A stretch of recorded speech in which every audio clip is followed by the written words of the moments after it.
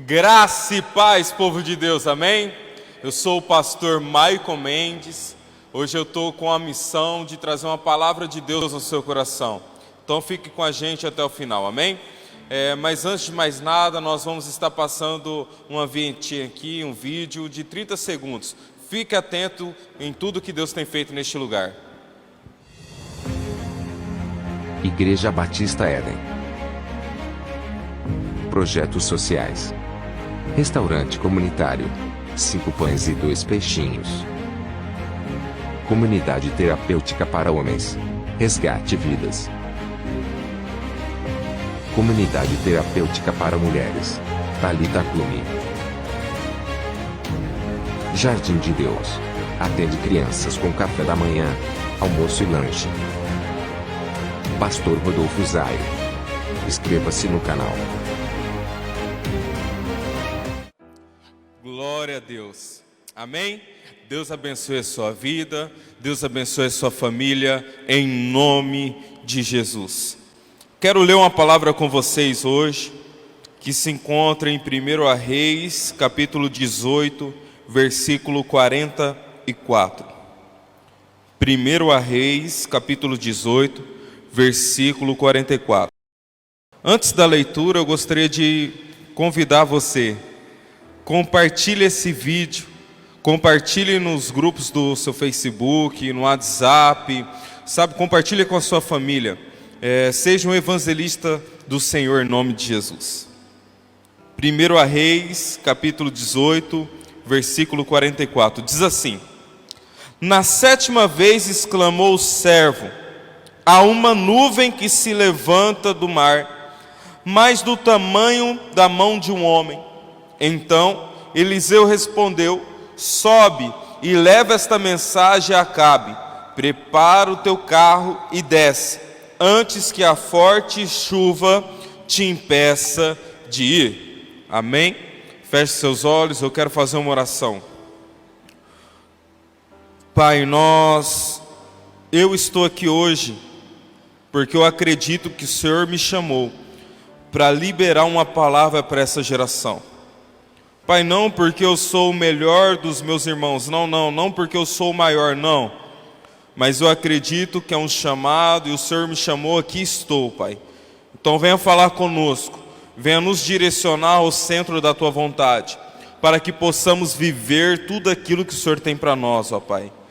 Meu Deus, nesta noite eu te peço que o Senhor alcance cada uma dessas pessoas, com a Tua graça, com a Tua misericórdia e com o Teu favor, Pai. Em nome de Jesus, amém e amém. Amém, queridos? Deus abençoe a sua vida, em nome de Jesus. Olha só, esse texto que nós lemos, está falando que o profeta, ele tinha liberado uma palavra sobre o povo de Deus. Ele falou que não haveria chuva. E nesse momento aqui, que ele estava em cima do monte, a Bíblia diz que pela 7ª vez, o seu servo, ele foi adiante e viu algo diferente. Nas 6 vezes que ele foi lá, ele não tinha visto nada, mas na 7ª vez ele viu algo diferente. E a Bíblia vai dizer que ele viu uma nuvem lá distante, do tamanho da mão de um homem. E ele volta agora para o seu senhor, para Elias, e fala assim: profeta, eu vi algo diferente. Das outras vezes que eu fui eu não vi nada, mas agora, nesse momento eu vi algo diferente. Eu vi uma nuvem do tamanho da mão de um homem. E o profeta Elias fala para ele: então já vai diante o rei e fala para ele apertar o passo, senão ele não vai conseguir chegar no palácio, a chuva está vindo. Pastor, o que você quer dizer com essa primeira palavra? Eu quero destacar algo muito importante aqui. A primeira palavra que nós lemos fala sobre um sinal para agir algo impossível.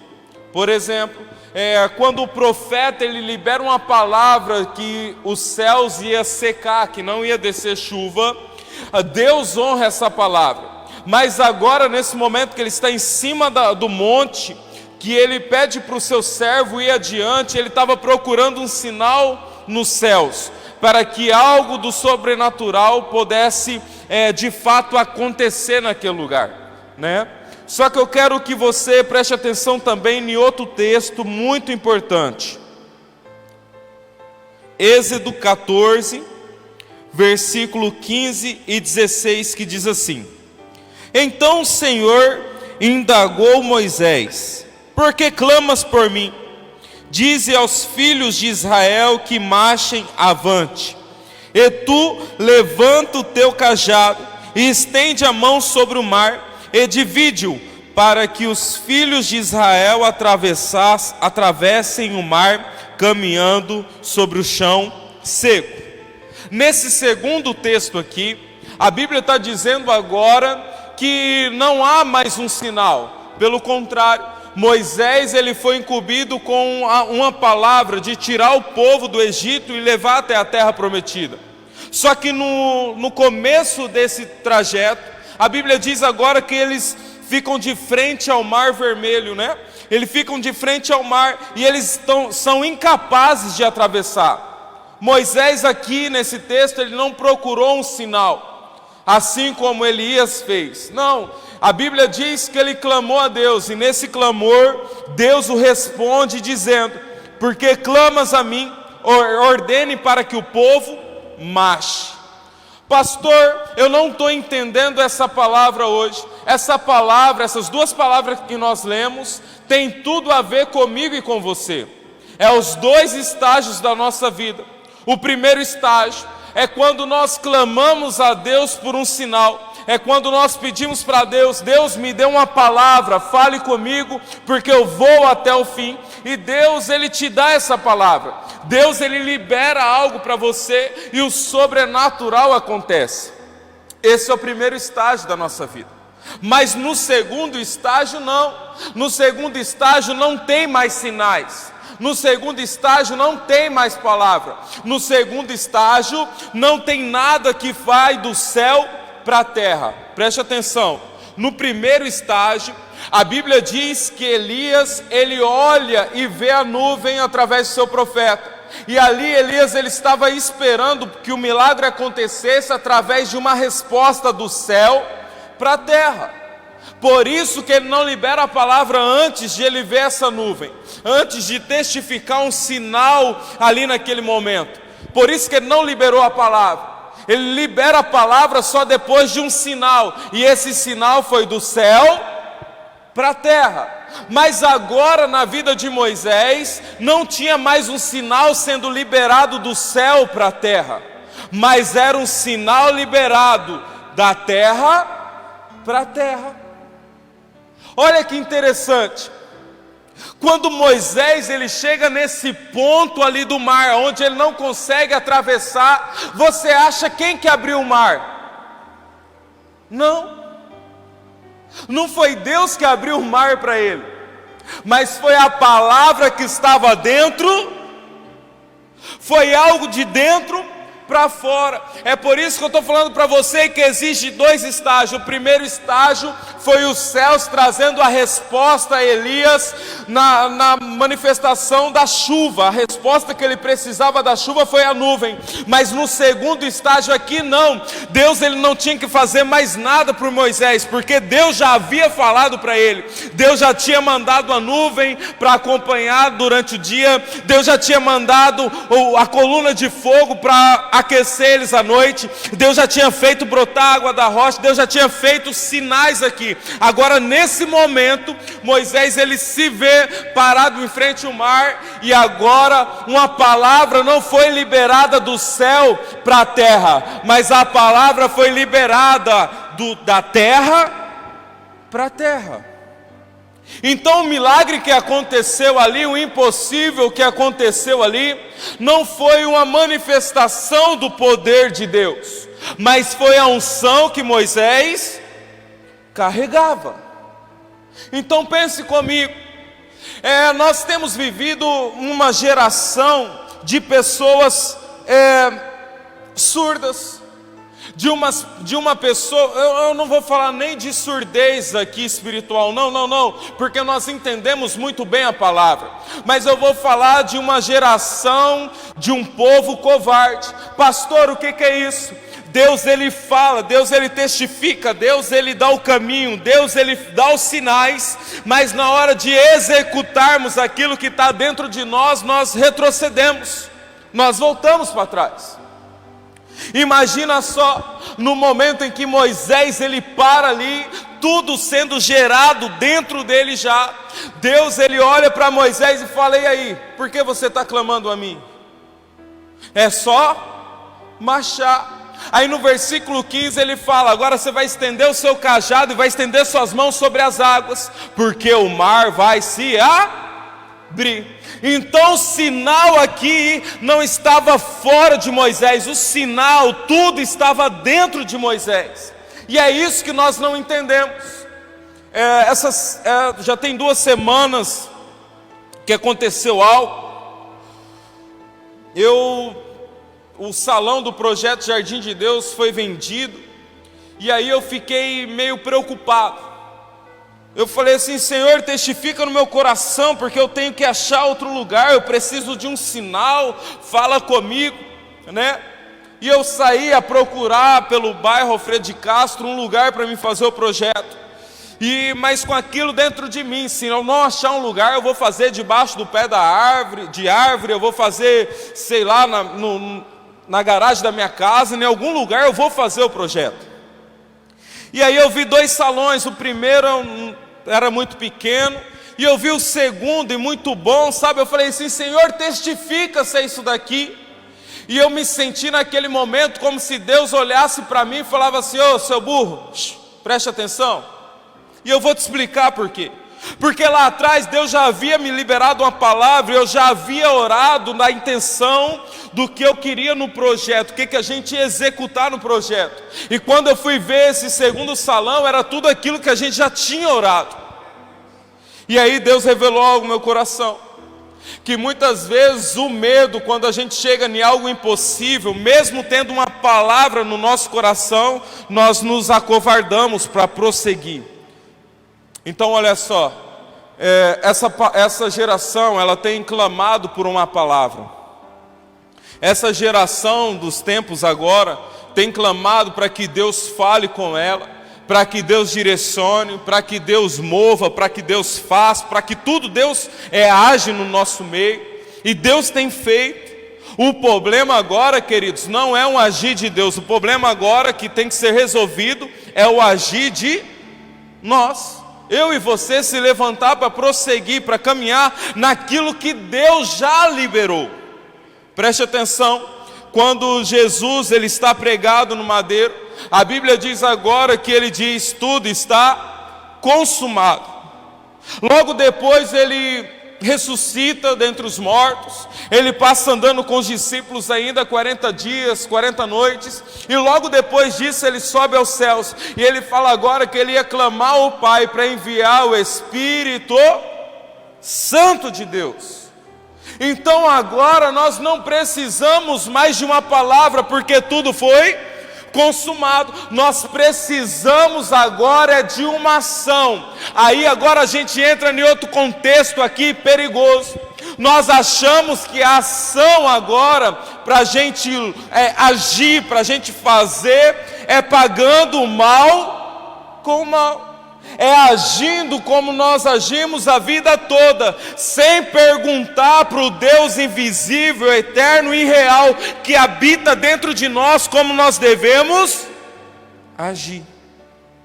Jesus, no livro de Lucas, capítulo 6, versículo 45, se não me falha a memória, vai contar sobre os 2 fundamentos. E lá no primeiro versículo ele já diz assim: por que vocês me chamais de Senhor, Senhor, e não fazeis o que eu vos mando? Por que vocês ficam me chamando de Senhor, Senhor, e não fazem o que eu mando? Pastor, traduz isso para mim. É a mesma coisa, querido, que eu e você ficar a vida toda clamando: Deus fala comigo, Deus me direciona, Deus é isso, Deus é aquilo, e Deus já tem liberado algo dentro de você e você não vai para frente, você não se posiciona. Eu imagino ali Moisés com tudo dentro dele, ele parado em frente ao mar, olhando para Deus: e aí, o que eu vou fazer agora? A palavra já tinha sido liberada, tudo já estava consumado dentro de Moisés naquele momento. Por isso que eu falei para você que quando ele para, que Deus olha para ele e fala assim: ordena para que o povo marche, para de clamar, para de pedir, eu já fiz. Por isso que eu falo para você que naquela ação ali não foi o poder de Deus operando, mas foi a unção que Moisés carregava dentro dele. Eu vejo muitas pessoas com muitos movimentos, né? E eu quero que você preste atenção no que eu vou falar agora, porque eu acredito que essa palavra é para uma geração, amém? Pessoas vivendo de movimento em movimento. Pastor, o que é isso? Primeiro, movimento fora da igreja é princípio de rebeldia, e eu vou te explicar isso. Eu estou falando agora para as pessoas que fazem movimento em praças, que fazem movimentos em parques, que faz movimento nas ruas, que faz evangelismo, que faz tudo o que quer fazer. Movimento fora da igreja é sinal de rebeldia, e eu vou te explicar por quê. Automaticamente a sua mente já foi condicionada a pensar que eu estou falando de você fazer algo fora da igreja, templo, né? Não. O que eu estou falando aqui é que tudo que você faz sem consultar o Deus vivo que consumou tudo dentro de você é sinal de rebeldia. Tem muitas pessoas achando que estão vivendo a palavra de Deus, estão vivendo aquilo que Deus chamou elas para fazer, mas não estão no engano. Pastor, me explica isso. É por isso que muitas pessoas se colocam para pregar o evangelho, se colocam para fazer evangelismo, se colocam no ministério do louvor, de tocar um violão, de cantar, mas aí quando isso é tirado delas, né, quando isso é tirado delas, elas se perdem, porque não conseguem escutar a voz de Deus. Elas acham que aquilo que dá na telha da sua cabeça, no seu entendimento, é aquilo que Deus está falando, e não é. Eu já vi muitas pessoas se desviarem do evangelho, porque pararam de pregar no púlpito, porque pararam de tocar no louvor, porque pararam aparentemente de fazer aquilo que Deus pediu para elas fazer. E na verdade não foi Deus que pediu, elas com seus achismos. Por isso que eu falo que todo movimento fora da igreja, ou seja, fora de Jesus, é um princípio de rebeldia.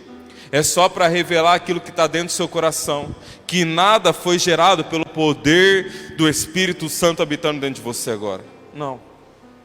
Olha que interessante. Quando Elias ele vê aquele sinal, ele falou: opa, essa era a resposta que eu precisava, a resposta do céu para a terra. Agora eu vou liberar a palavra, certo? Mas aqui esse é o primeiro estágio de uma pessoa que muitas vezes é o recém-nascido ali do evangelho. Senhor, e agora? Qual é o teu propósito? O que eu tenho que fazer, sabe? E Deus ele vai falando, Deus ele vai direcionando, Deus ele está com você.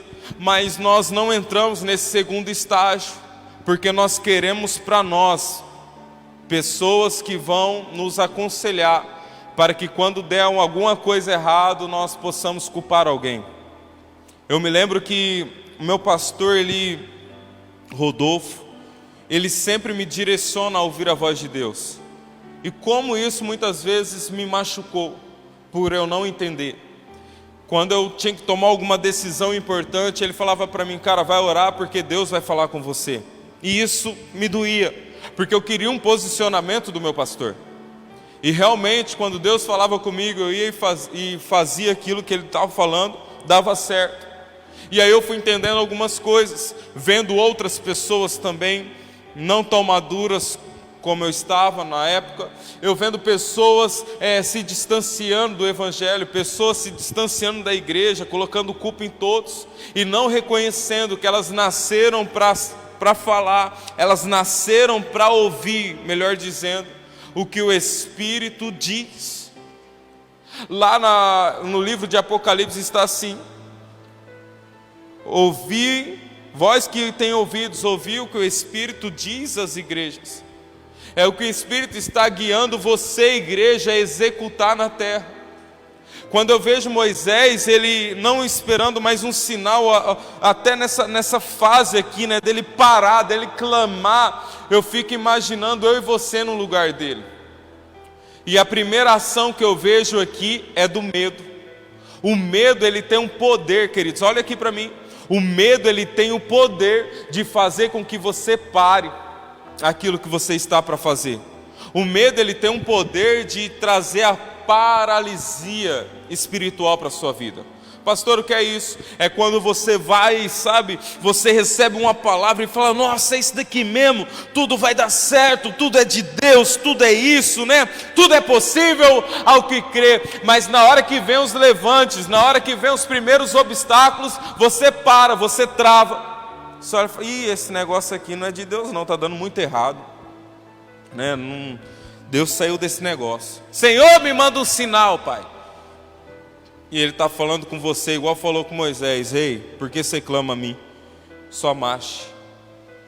Então é interessante aqui, queridos, por isso que o tema da mensagem é essa: é você viver tudo aquilo que Deus tem para você. E o medo, ele tem feito você parar. Eu conheço pessoas que têm um chamado violento na área do louvor, na área da ministração, mas eles retrocederam por causa do medo impregnado em seus corações, de não conseguirem ouvir a voz de Deus. Pastor, como assim não conseguir ouvir a voz de Deus? Você acabou de falar que Deus fala. Sim, Deus fala, mas o medo, ele traz uma surdez espiritual para nós. Esse é o segundo ponto que o medo faz na nossa vida. O primeiro é a gente parar. O segundo é a gente se tornar surdos para ouvir aquilo que Deus está falando.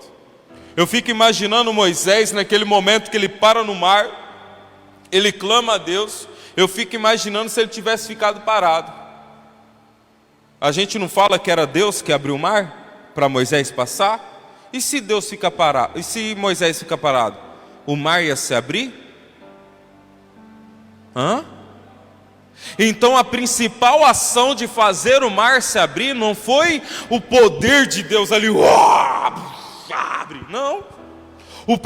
A principal razão do mar se abrir foi porque o Moisés, ele tomou um posicionamento. E muitas vezes, queridos, eu e você, nós somos covardes de tomar alguns posicionamentos na nossa vida que nós já deveríamos ter tomado há muito tempo. Tem pessoas que estão esperando, sabe, sei lá, o conto da carochinha acabar para fazer algo, e Deus está falando: e aí, cara, marcha, anda. O interessante é que eu escutei uma ministração algum tempo atrás que o pastor falou assim: a igreja está cheia de observadores, e esses observadores, quando Jesus voltar, Jesus, ele vai estar levando o povo, e os observadores, eles vão estar olhando: nossa, lá, ó, o irmão está subindo, ó, o outro irmão lá de trás está subindo. Parece ser engraçado, né? Mas muitas vezes é eu e você desse jeito. Você sabe o que é observador? Não é aquele que fica olhando as pessoas, observando as pessoas, não. É aquele que não consegue tirar os olhos do seu umbigo, que fica olhando só para você. Nossa, mas se eu for para cá, não, eu vou ficar aqui, não. Ai meu Deus, o que eu faço agora? Ai, eu não sei o que eu faço. Eu fico imaginando se Moisés, ele fica parado, sendo um observador também, olhando tudo que estava acontecendo. Nossa, o farol está vindo lá atrás. Ai meu Deus, o mar está aqui. Ai, o povo está me impressionando. Ai, é isso, ai, é aquilo outro. Ai meu Deus, o que eu faço? Eu fico imaginando se ele fica parado naquele momento. Deixa eu te falar uma coisa. Muitas vezes, querido, você está sendo agora um observador da sua vida, da sua história. Talvez por uma palavra que lançaram, Escute isso. Talvez as pessoas olhou para você e falou que não ia dar mais nada, que você não ia conseguir chegar em lugar nenhum. Talvez alguém lá atrás olhou para você e falou assim: moço, você vai fazer isso? Não vai dar certo não, isso daí não é de Deus. E você foi todo contente, sabe, falando: nossa, Deus falou comigo, Deus me deu uma visão, Deus me deu, sabe, uma direção. E aí a pessoa olha para você e esquece, isso não é de Deus não. E aquilo fosse como um balde de água fria em você, né? Jogado em você. Fez gerar um medo no seu coração, e o medo fez você parar, retroceder. Deixa eu te falar uma coisa. Hoje Deus ele vai estar te tocando. Mas pastor, Deus vai estar me tocando para quê? Para fazer o que Ele fez com Moisés naquele momento. Dizendo para você: e por que você está clamando? Apenas marche, continue andando, porque o impossível vai acontecer. Só que a gente tem que prestar atenção nisso, queridos. O impossível vai acontecer não é por causa de Deus ali. A peça importante para que aquilo que Deus falou com você aconteça é você. Lá no projeto tem muitas pessoas que nos ajudam e eu louvo a Deus por isso. Sabe, tem muitos voluntários, pessoas que têm um coração com a gente, que ajuda, que vai para cima, que ajuda a pagar uma conta de luz, o aluguel, sabe? Pessoas que o coração realmente queima. Mas Deus chamou eu e a minha esposa para fazer. Pastor, o que você quer dizer com isso? Moça, eu quero dizer para você que mesmo se não tiver ninguém lá hoje para me ajudar, se eu amanhã cedo eu acordar e falar assim: todo mundo me abandonou, não vai dar certo mais isso daqui, eu vou continuar andando, porque a palavra não foi liberada do céu para a terra, a palavra está dentro. Quem está entendendo? Então para de esperar um sinal, geração incrédula. Tudo já foi consumado. O Espírito Santo agora ele habita dentro de você, e ele agora se encarrega de convencer e te levar a toda a verdade que é Jesus. Você sabe qual é o maior problema da igreja? E quando eu falo igreja, eu não estou falando templo, eu estou falando igreja, eu e você. Sabe qual que é o maior problema? É que nós não queremos que Jesus nasça em nós, porque o nascimento de Jesus vai gerar em nós um momento de podridão, que vai gerar em nós a restauração do nosso ser de dentro para fora. E nós não queremos isso. Preste atenção. Jesus ele nasceu numa manjedoura, cercado, desculpa o linguajar, mas cercado de bosta e xixi. Você está entendendo? Ele nasceu naquele lugar, aonde os animais ficavam. Você acha que aquele lugar cheirava igual eu e você? Um perfuminho que a gente passa da Malbec, do, sei lá, caiaque, fica cheirosinho, né? Mesmo depois de ter feito a maior cagada da nossa vida, né? Você acha que lá cheirava assim? Queridos, lá era podre. Porque no lugar da hospedaria não tinha espaço para Jesus. Escute isso. A função do Espírito Santo que foi liberada dos céus para nós é gerar em nós um útero materno. O que é isso, pastor? É gerar em nós um lugar preparado, dizendo assim, para receber Jesus dentro de nós, o menino Jesus. Pastor, por que você está falando isso? Porque muitas pessoas acham que tem o Espírito Santo vivendo na hospedaria, enquanto está matando Jesus dentro delas, porque não tem espaço para Jesus habitar. Isso é muito sério que eu estou te falando. Se você hoje entendeu essa palavra e decide caminhar com isso, o primeiro ponto que você tem que fazer é aceitar esse Espírito Santo, gerar dentro de você um ambiente sucessivo para que Jesus nasça em você. Pastor, mas esse ambiente é sem pecado? Esse ambiente é sem vícios? Não, queridos. Jesus ele nasceu no lugar do improvável. Jesus ele nasceu no lugar da imundícia. Pastor, por que Jesus ele quer nascer dentro de mim? Porque você vai ser mais uma palavra aprontada para essa geração. Escute isso. Você vai ser mais uma palavra apontada para essa geração. Pastor, para fazer o quê? Para fazer aquilo que ninguém mais faz, para fazer o impossível acontecer. Receba essa palavra. Pastor, o que é isso? É levantar Moisés nos tempos de hoje, que vê o mar fechado, mas vai pisar no mar e ele vai se abrir. É ver lugares aonde é inabitável, um lugar onde que é impossível viver, botar o pé lá e falar que vai chover. Você está entendendo? Então eu acho melhor, queridos, você parar um pouquinho agora e fazer uma reflexão da sua vida. Talvez o medo já tenha te parado, você já está nessa fase de ter recebido uma palavra, de Jesus ter nascido, mas o medo ele tem te parado a prosseguir. Deixa eu te falar uma coisa. Pare de olhar para a situação que você tem vivido. Comece a colocar um pé na frente do outro. Comece a andar, não precisa dar passos grandes, mas começa do pouco, amém? Porque a Bíblia diz que do pouco Deus ele vai te colocar no muito. E eu acredito que você vai ser mais uma flecha lançada na mão do valente para tocar essa geração em nome de Jesus. Amém? Quero fazer uma oração com você. Eu não sei se essa palavra ficou meio clara, bem clara em nosso meio, mas eu acredito que o Espírito Santo ele vai te convencer de toda ela, amém? Em nome de Jesus, vamos orar? Feche seus olhos. Eu vou fazer 2 tipos de oração. A primeira é para que você seja apontado, para que você tenha visão. E o segundo é para as pessoas que estão com medo. Pai, eu oro agora por essa pessoa que não tem visão, que está esperando um sinal do Senhor. Pai, que o Senhor toque ela agora onde ela estiver. Que o Senhor traz essa visão agora ao coração dela. Que o Senhor, Pai, manifeste os seus sinais e prodígios na vida dela, para que ela possa entender o propósito do Senhor sobre a vida dela, em nome de Jesus. E a segunda oração que eu faço, Pai, é para aquelas pessoas que estão com medo, que receberam a palavra do Senhor, mas decorrente às situações do impossível, elas estagnaram, elas pararam, Pai. Então, em nome de Jesus, eu libero essa palavra também.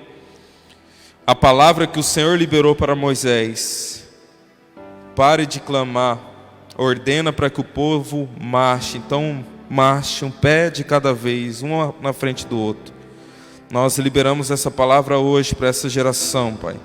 Nós declaramos, ó Pai, que essa geração ela não vai ser mais uma geração do mimimi, uma geração surda, uma geração muda, não, Pai, mas nós decidimos ser a geração, ó Pai, apontada para o Teu propósito, assim como Moisés andou, uma geração que vai abrir o mar vermelho, uma geração que vai botar o pé onde há deserto e vai haver chuva, uma geração que vai liberar palavra ao sedento, uma geração, ó Pai, que vai ser apontada para viver o Seu propósito na terra, Pai. Nós somos a resposta, Pai, do céu para a terra. Em nome de Jesus, amém e amém.